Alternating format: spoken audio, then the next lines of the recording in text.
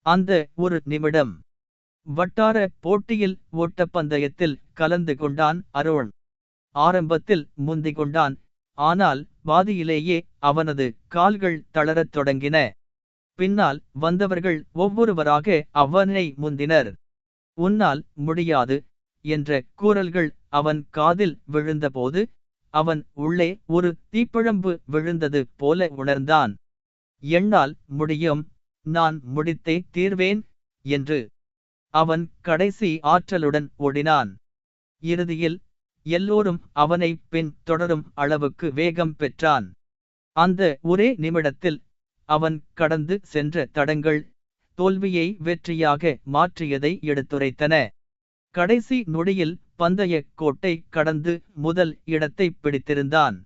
அவனது வெற்றி ஒரு பாடமாக மாறியது. தோல்வியின் நிமிடம் முடிவு அல்ல, முயற்சியின் தொடக்கம்.